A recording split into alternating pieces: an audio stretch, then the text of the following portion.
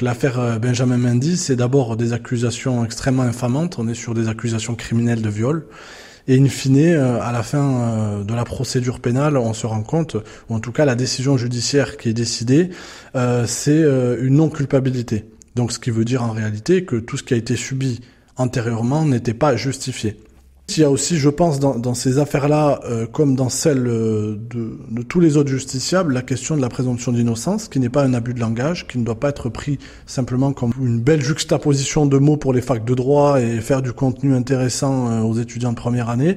C'est quelque chose qui doit être appliqué. Et en réalité, lorsque certaines voix s'élèvent, par exemple, pour indiquer que M. Ben Yedder ne devrait pas jouer, c'est justement l'inverse. C'est-à-dire que la présomption d'innocence...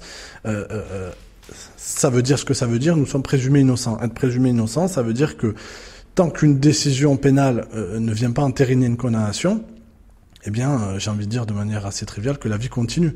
La vie doit continuer et en réalité, on peut pas subir les affres d'une détention de manière injustifiée. Il y a derrière, en réalité, tout un processus qui permet ensuite d'être indemnisé. Maintenant, la question, c'est qu'est-ce que l'indemnisation d'une détention provisoire injustifiée ?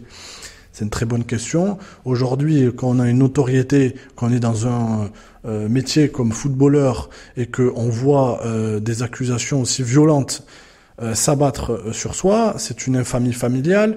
Le club, quoi qu'on en pense, il restera toujours, même dans l'esprit des supporters, peut-être un doute qui subsistera quant à la possibilité qu'en réalité la culpabilité aurait dû être déclarée.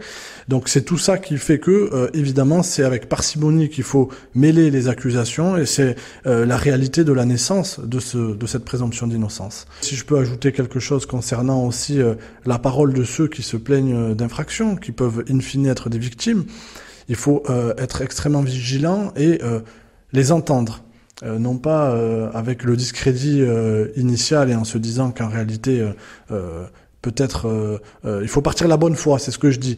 Par contre, in fine, lorsque l'instruction qui sera menée ou lorsque la procédure sera achevée, si jamais on se rend compte en réalité qu'on va vers une décision qui ne sera pas celle de la culpabilité, je crois, et je suis le seul père de mes propos, qu'il faut être beaucoup plus virulent dans les sanctions en réalité qui entourent ceux qui mentiraient, qui feraient usage de calomnie, puisque l'effet destructeur est totalement mirobolant. Vous êtes bien sur Télédroit, vous regardiez Avocat. Merci de votre visionnage et laissez un like ou un commentaire.